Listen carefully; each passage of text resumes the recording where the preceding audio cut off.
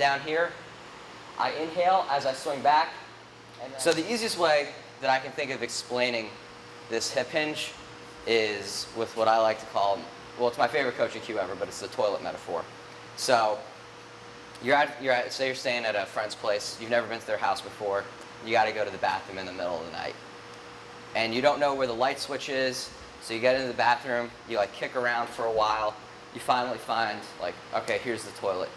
And for whatever reason, you don't know if like the seat's up or down, you don't have enough time, but you don't want to get like covered in water, right? So no one's ever gonna just go in and like and hope for the best, right? You go in and you're like, okay, you feel porcelain, you're good, you can relax. If you don't, you start like hovering over some moisture, you stand up really quick, right? That's a kettlebell swing. All it is just reaching for a toilet in the dark and then finding out the seat's up, so you gotta stand up real quick. Otherwise the alligators get you. So. You're listening to another episode of Barbell Shrugged. I'm Mike Bledsoe, here with our guest Matt Hoff. We are missing the others today, which is perfectly fine because I don't like them anyway. Matt, I'm going to let you talk about yourself a little bit. You're actually here this weekend to do a kettlebell seminar at Faction, where you're going to teach people how to be masters of the kettlebell. So give us a little background on your CV, if you will. All right, so my name's Matt Hoff. I'm from Columbus, Georgia. I'm a coach at CrossFit Inception / CrossFit Sacrifice. 2 boxes, same people, 1 city, that whole deal. RKC certified, a whole bunch of other CrossFit certifications and Star and Strength, all that other stuff. In town to do this kettlebell workshop, and I got a blog at paleonow.com. So it's not really all paleo stuff, just kind of whatever I feel like writing about. So it gets off topic like 9 times out of 10. Gotcha. And you're RKC certified, and that's the Russian... It's the Russian Kettlebell Challenge through Dragon Door. So when they, kettlebells were kind of unheard of until about like 15 years ago in America. And Pavel Tsatsouline brought them over here. And he wound up linking up with John Duquesne. And they set up this company to start trying to do these kettlebell workshops and seminars. Started off really small in California, and then Men's Health picked it up. And then since then, CrossFit has picked it up, and now it's, you see kettlebells in your Globo gyms everywhere. Most people know what they are. Not how to use them, but they know what they are. Yeah, usually when it comes to anything like anything in a CrossFit, there's more to it than people assume. So what I find is like people are like, oh, weightlifting, you just throw the weight over your head. Yeah. It's like, there's a little more to it than just that. And I think a lot of times people will think that what they know a lot about is special. They'll go, like for me, I'm like, oh, weightlifting's special, but the other stuff's not as special. But anytime you start learning about like a skill set like kettlebells, you're like, oh, wait, it's way more detailed, and there's way more to know than I ever thought before. Yeah, and, coming through primarily like a CrossFit background, self-taught. Like I started really CrossFitting when I was in Iraq, so it's not like I had like, oh, I can just go across town to this gym and check it out or do my fundamentals. Right. So I kind of tried to teach myself everything versus, just off of like watching videos, which sort of explains like some of my disastrous weightlifting technique. But when I got back from deployment, my first thing was like, I'm going to get smart before I get broken. And the first seminar that came through was Jeff Martone's CrossFit Kettlebell. Signed up for that, and then since then I've just done a lot of like continuing education with it. And like most CrossFitters, they only know the American swing and then the super strict bottoms up kettlebell swing with like Jenny Orr standards from regionals last year. It's like the only 2 varieties, but they're going to put a kettlebell all over like all their t-shirts. I'm like, well, there's like a lot more you can do. Not saying that kettlebells are like the end all be all of conditioning, but you can do more than just swing it. Yeah, they're a fantastic tool. What so give us some examples of some things that you can mix into your CrossFit training, because I know that I've been CrossFitting for 5 years now, and there's a lot of variety within CrossFit, but once you've been doing it for 5 years, it's only so interesting. So what are some things that I can do with kettlebells that might be different in my workouts other than just swinging them, or different types of swings? Well, when you think about, Dan John, who's not a CrossFit guy too, but he's more into the RKC community, he breaks down movements into like 5 basic patterns. So you got squat, hinge, like hinge being like a deadlift or kettlebell swing, anything like that. Weighted carries, and then upper body push and pull. And you can use a kettlebell either as a substitute or as a completely different exercise for pretty much any of those. So you go through with, weighted carries. The big thing you see in CrossFit nowadays are people who are doing like yoke walks, different strongman things, or pushing prowlers. Well, if you don't have access to all that, every gym pretty much has a kettlebell. And you can carry that farmer's walk style from a rack, overhead, do a lot of similar stuff. You don't get the same loading, but you can replicate a lot of those movements and a lot of that, human locomotion. For squats, great for, goblet squat, holding onto it by both of the horns, sort of more like a front squat, but it also has like an isometric hold aspect to it. Put 2 kettlebells in the rack, do a front squat like that, and that's, Actually, the goblet squat, I really like that for beginners. Yeah. People who have a hard time getting back on their heels. You throw give them the goblet squat, and a lot of the problems that are happening with the air squat, if they're having a hard time with it, just go away. Yeah, and then they figure out how it's supposed to feel, and they can apply it back to the air squat. It's nice to have that weight that kind of, pulls them forward. Like people are used to seeing it with pistol progressions. I think Doug was talking about that in one of his technique WOD videos. You hold a plate out there, have something that's kind of counterbalance. So guys who have a hard time settling on their heels, just like don't really like know how to move in that motion, putting a weight out in front of them is going to help them get that, like correct their mechanics.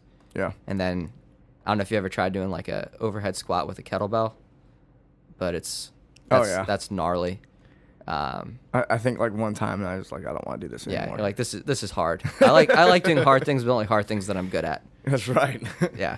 And so you were talking about the different types of movements you can do with kettlebells. So goblet squats. Yeah. There's a wall ball substitute for kettlebells, which is kind of like a swing into a thruster where you like throw the kettlebell at the top.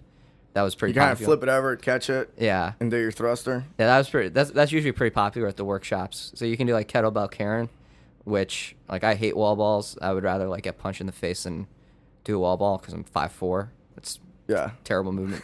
It's a discriminatory movement against midgets like myself. Wall balls and rowing. Yeah. Well, rowing, don't even get me started on that. But yeah, so you do the kettlebell, you can do the wall ball substitute for that. And that's, easy if you're going on a place you don't have a wall ball with you. Usually you can throw a kettlebell in the back of your car. Trying to think what else. You can do kettlebell thrusters as like a kettlebell Fran. Do it with two 1.5 pood kettlebells. That's a lot tougher. That's so much worse. It gets tough real fast. Yeah. And then, you can do the different like Olympic lift variants. There's kettlebell snatch and kettlebell cleans. But most of those are basically a swing, so it's more in that hinge category. Right. But you can do them from a dead stop, turn it into like an explosive like bilateral pull or unilateral pull, and then catch it in like that overhead position. And that's a pretty gnarly movement. Do the same thing with a clean with 1 or 2 kettlebells, and that's all your different squat variations. You could throw it on, somehow flip it over and hold it behind you if you wanted to replicate a back squat, but it'd be like 72 pounds at most. That'd just be kind of ridiculous. Right. I mean, that's really cool stuff for if you're traveling, and you can. I mean, if you're not flying, yeah.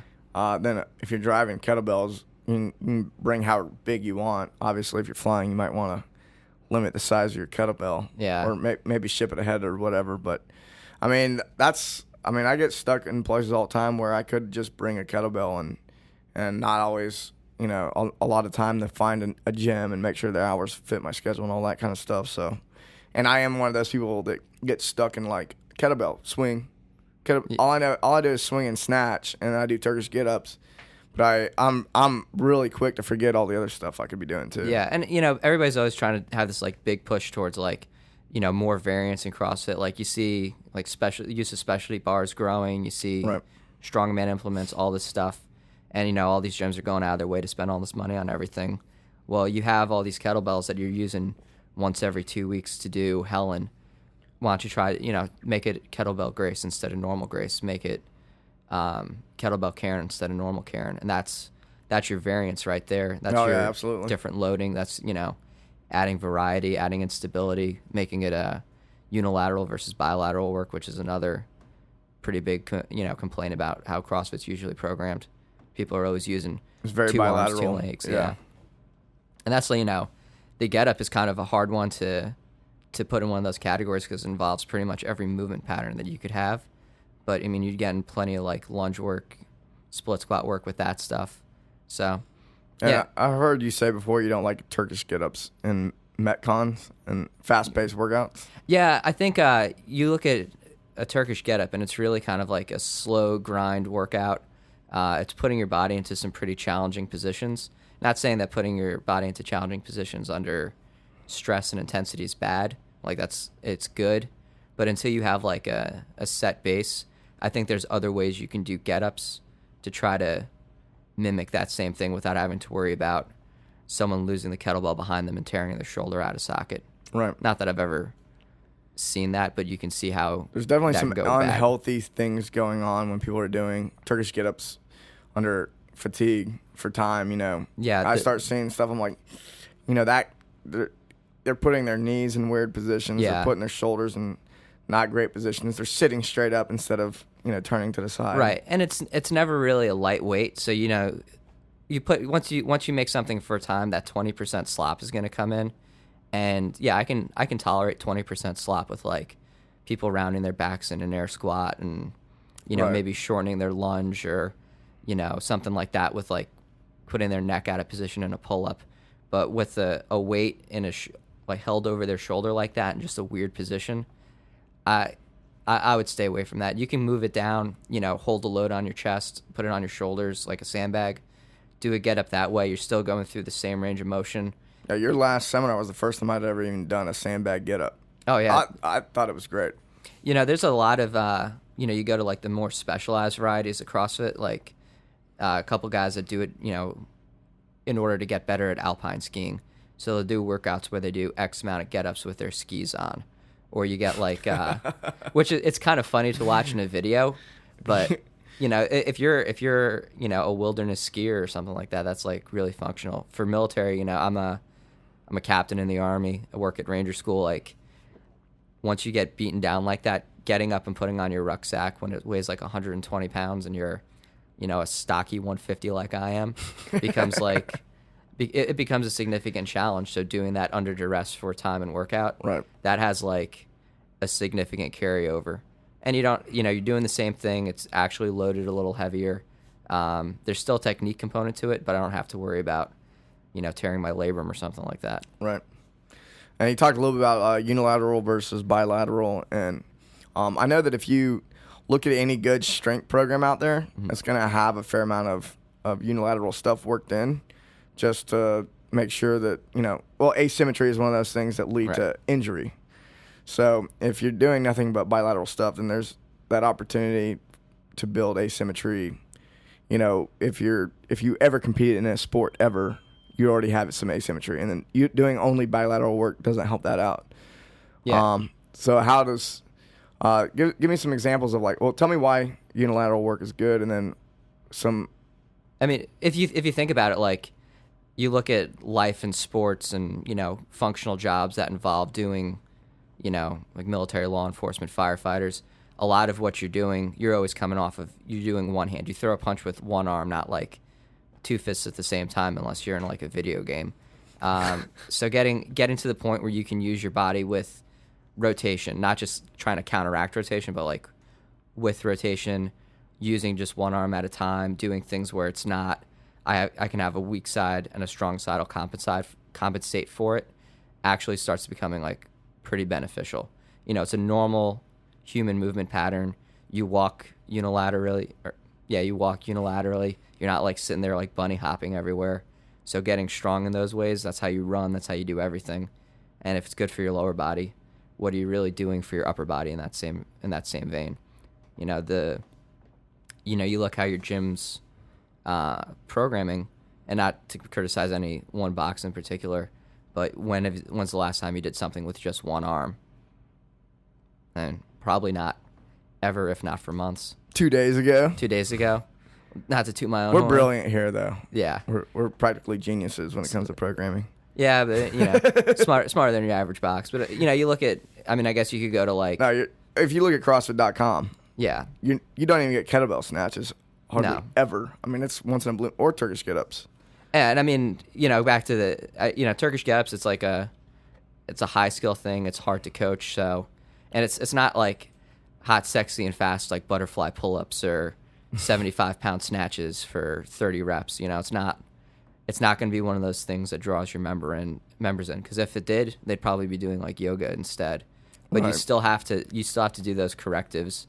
You still have to do things to make sure that when you put somebody in a challenging position, you can see where that slack in their movement efficiency is, like where they're weak and where they're sucking. Yeah. Like, I think very, very close. Like, the last day of instruction of our fundamentals course, we throw in Turkish Getups. And it's almost as if, like, I almost want to pull it out because it, like, beats them down. Like, Yeah. It's not the sexy movement. Like, people want the fast-paced.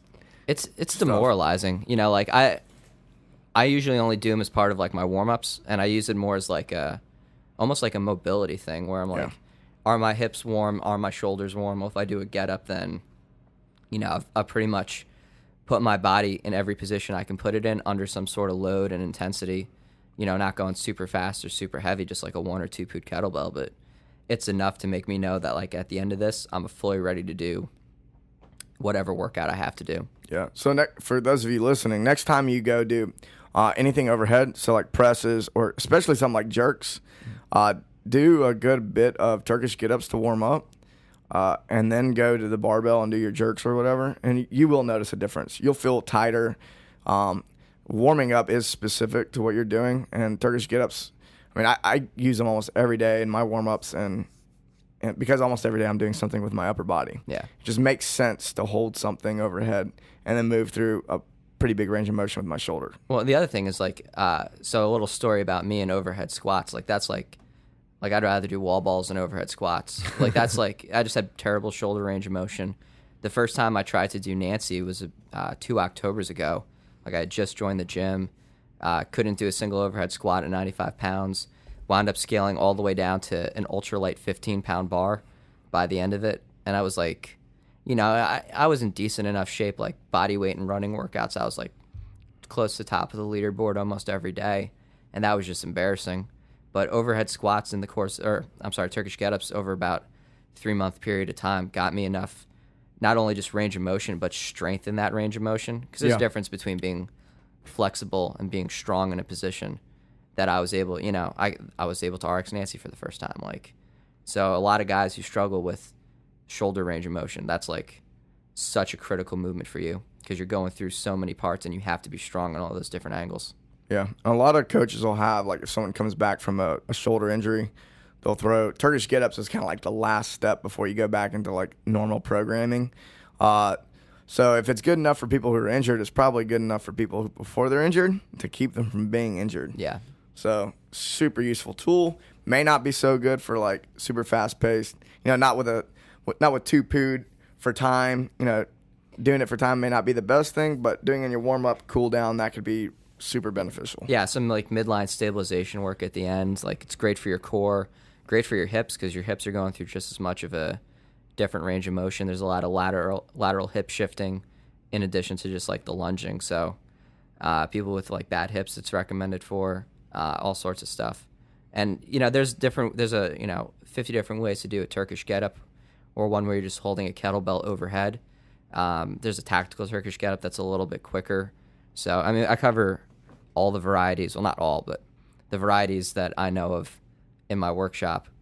And it's 100 different ways to skin a cat, but each one of them is going to have a different little stimulus for you. Yeah, it's kind of like there's not just one right way to squat. Yeah. So sometimes I talk to people who've been CrossFitting, like at another gym or something, like, oh, you're not supposed to squat like that. I'm like, well, there's like 10 different ways to squat. Yeah. There's an Olympic squat. Like, you want your knees to go forward. So.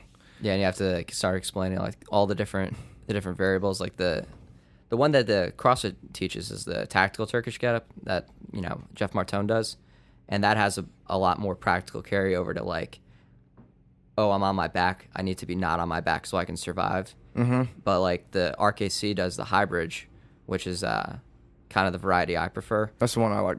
Yeah, I prefer also. Yeah. It's a little bit more range of motion, but like, are you going to take an extra 2 seconds every rep under time to get your hips up and your butt squeezed at a certain point? Like, no, that's ridiculous. But if I was ever going to have to do them in a competition, it's nice to have it the other way in my kit bag. But for prehab, rehab, and warm up, I like doing the high bridge. So to all you people who always like to ask me, like I get emails and questions in the gym, people go, which one is the best? Like they'll do that with like squats or this or that. They're like, which version is the best? It's like the answer is always it depends. Yeah. And they get mad because I'm like, oh, what is your goal? Like if your goal is like the tactical application like you're talking about, then obviously doing the Martone way might be the better way. But if like you're doing it for shoulder, prehab, rehab, and just general shoulder health, warm up, it's probably better to go RKC route. Yeah, and it's that's the whole Rob Wolf quote, like who are you and what are you trying to do? Like right. It just depends. Trying to be the best at everything all the time. You're like, oh, duh. Then do all of them all the time. And do the whole Rich Froning 75 workouts a day. I am pretty much convinced that Rich Froning is lying. No, I think he does train a lot, but I think he put on a game face for that video. Doug and I are talking about. We were all talking about it here. Is like, we think of Rich Froning and Dan Bailey. Like, I think they just come up with this shit to say. They're like, we're gonna tell the world that we eat pizza the night before we compete, and they're really not. Yeah. And I don't know. They might be, but I mean, I could just as well see them planning this out. I was like, well, when we get interviewed, this is what we're going to say. We had pizza on Friday night. So we'll just like screw with everybody. You know what I mean? And they're, they go home and they laugh about it. They're like, oh, that was pretty funny how everyone thinks we're eating pizza the night before we compete. Yeah, and they don't have like that personality of like the jokester either. So everyone would fall for it. Like, oh, pizza the night before you compete? Carbo load? Perfect. I'll do that. And they may be like web celebrities or whatever, yeah. But we still don't know a lot about them. So it's not like the typical celebrity you see in Hollywood where like they're constantly being talked about their personal life. Where there's like the paparazzi that's like, right. It's okay. Maybe if I get out of the army, I'll like hide in Richard's dumpster and like actually film what he's doing. But like with CrossFit, people are only interested in like what are they doing for training? What do they eat? What do they train? How do they sleep? That's all they care about. So, like, if you start getting into their personal lives, I think a lot of CrossFitters will just be like, I'm not sure there's a market for that. Well, let's be honest. Like, CrossFitters are generally not, like, the world's most exciting or interesting people. We're all, like, in bed by 9:30 when we're in our 20s. Like, yeah. There's really not a lot of opportunity for us to get in trouble. Like, how can I get 9 hours of sleep? You want to go out tonight? I got to train tomorrow. Yeah. Yeah. You're like, dude, you're like, oh man, I only got 8 hours of sleep last night. I need another 9.5. I'm bitter about sleep because I'm chronically sleep deprived for work. So it's a sore subject with me. Awesome. Let's take a break. Welcome back to Technique Walk. In our last video, we worked on Turkish Getups. We went over the way that I have traditionally done them. Matt, who knows a whole lot more about kettlebells than I do, has his own thoughts on the matter, so he's going to talk about some of the things that he does in his method that I don't do in mine, that I actually didn't know about until just the other day, and I like a whole lot more, so I'm going to turn it over to Matt. All right, guys, thanks for having me. I always like to start from the bottom. Like we said in the videos yesterday, there's a lot of ways you can do a get-up, but there's no wrong way, so long as you're keeping good mechanics. So I'll start from the bottom. It's important to go onto your side and use your own body momentum to take the kettlebell over. So you kind of get into this fetal position and rotate the bell onto your back. Get in that press stance that you're going to have with your same side leg pulled in and your opposite side leg out. Chest flat back flat on the ground. Press that load overhead and get your arm out at a 45-degree angle. Where I differ from Doug is that he likes to kick his leg up to give him some momentum. I find that really difficult to do with a maximal load. So I'm going to keep my chest tight. I'm going to imagine there's a fish hook that's attached to my sternum, and I'm going to crease at the hips instead of sitting up, and drive my leg into the ground as I sit up to that first position. From here, I'll go into my high sit on my hand. Just like Doug did, I'll bridge up. But what you notice right here is that there's a straight line from that kettlebell into my hand supporting the load. So if someone was to come here and push down on me, it's a solid vertical line. a lot of times you'll see people doing a low sweep that are going to skip this step, and they're not going to have that good support for that weight overhead. Sweep my leg through into that kneeling position. From here, you'll notice that everything is still resting right on this arm. A lot of times you'll see people just try to sit up like this, doing some sort of kind of oblique exercise. For me, I find it a lot more efficient to go back on my haunches, sit back a little bit so I can support that weight, and then come up into that standing position. Can you do it one more time? Better. So, From a better angle. instead of from here, just sitting up, where I have to stabilize the load a lot more difficultly and use my smaller muscles to move the weight, I'm going to come from here, load's nice and stable, sit back, and then sit up with my hips. From there, rotate the back knee, stand up, and then take it back down.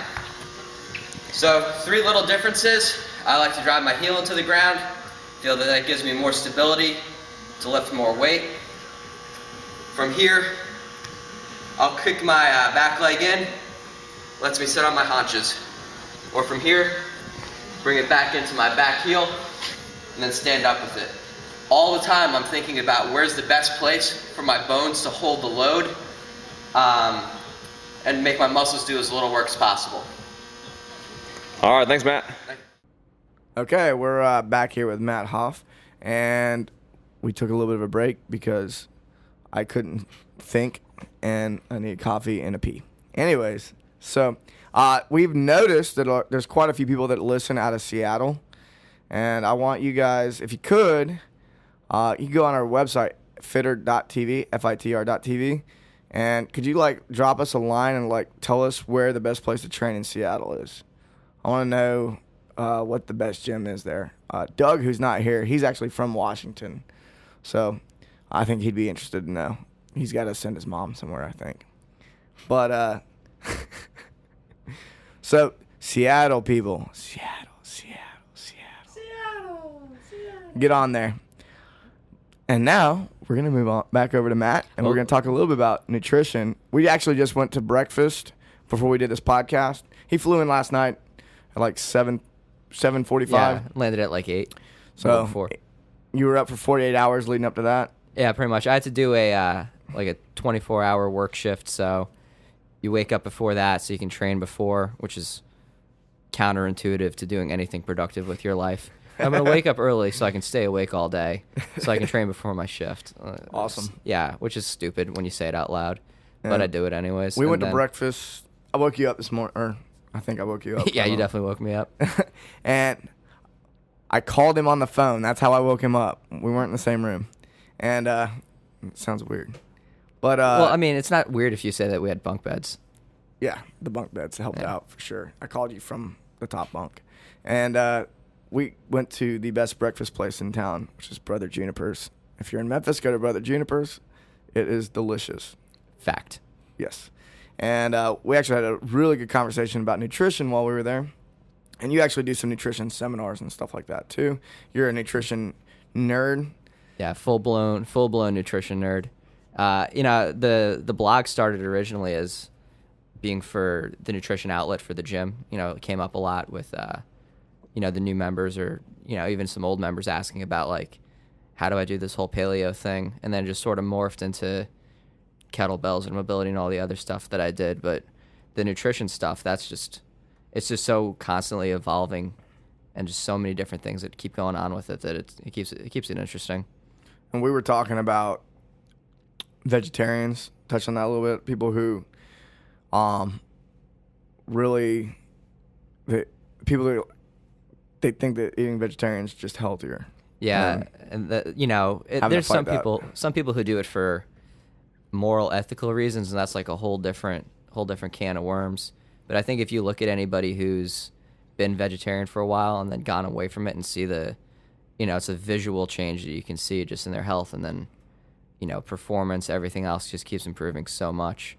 We have a couple of vegetarians who were just completely stuck on plateaus, started adding meat back to their diets, and then just did amazing. And you see this at professional sports levels, which is rare that we get to mention that with just kind of like CrossFit's still kind of an underground thing, but you saw it with Tony Gonzalez and you saw it with Frank Mir, where both of them spent a period of time vegetarian, and then it was almost career ending for them, and then they came back a lot stronger and better than they had been in years. Yeah, and you were telling me that you actually converted a few vegetarians. I'm 3 for 3, no big deal.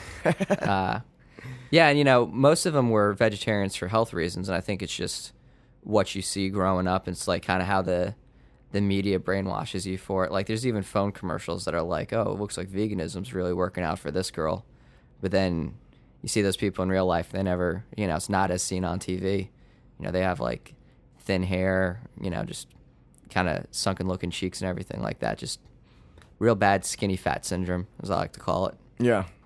I like to tell people just at least give whatever it is a shot for 30 days. Yeah, I mean 30 days of doing pretty much anything is not gonna kill you. So if I'm completely wrong and all these other people who are in cahoots with me are wrong, well then you just had 30 days of eating bacon and hamburgers. But if without the bun. Yeah, without the bun. Lettuce wrapped. Most places will do it for you. But if if it turns out to be right, you're gonna know the difference, and it's not like I make any money off of you doing it one way or the other. Have you ever thought about doing a 30-day vegetarian challenge? Absolutely not. Like I grew up was like an Italian kid. I think I had pasta as like my main source of food for like every night for the first until I joined the Army, like 18 years of my life. So you look at that and I was like a low meat consumption, and then you also look at me and I was like 115 pounds and 5'4", and then now I'm like, unfortunately eating meat hasn't helped me like get taller, but I'm like 50 pounds heavier and lower body fat percentage. So not saying that those are the only two factors, but clearly it's like I'm a lot healthier now than I was before, like almost adult sized. Almost adult sized. Almost adult sized. I was telling you, I actually converted one vegetarian myself, and part of hers was ethical reasons, and I pointed her towards the vegetarian myth, which I haven't read, but I've picked through before, and I understand if ethical reasons is like your main reason, then it might not be the best choice, especially if you're eating grains, which you pretty much have to. Yeah. If you cut your calories by just eating just vegetables, like you'll die. Like you can't live on vegetables alone. Yeah, I mean, right now I'm signed up for one of those community share agricultures, and it's this big box of vegetables I get every week. And I have a roommate he's like about 210-pound dude, and the two of us struggle to finish that many vegetables in a week. But it's not like at the end of eating all of it you feel like full and satiated. It's just not that much going on in a vegetable. Like there's a lot that's missing from it in terms of proteins, branched chain amino acids, fats. It's just not very dense in calories. Yeah. Like where you're going to get all your energy. Yeah. You obviously have to go towards grains. I've actually seen like some vegetarians on a blog saying, or on a forum or something saying like that vegetarianism is actually closer to primal than what primal's being. But I'm thinking, well, if we didn't have grains in that primal time, then yeah, you're actually making an argument that we lived off vegetation only. There's a group of people that are like raw fruit vegans, the 30 bananas a day guy and all that stuff. And you're like, Steve Jobs was a fruitarian for a good part of his life. Look what happened to him. Yeah, I was about to say that turned out well for him. Yeah. But I mean they're eating all of their calories off of like sweet tropical fruits. And you're like, yeah, we have definitely evolved from species who did that.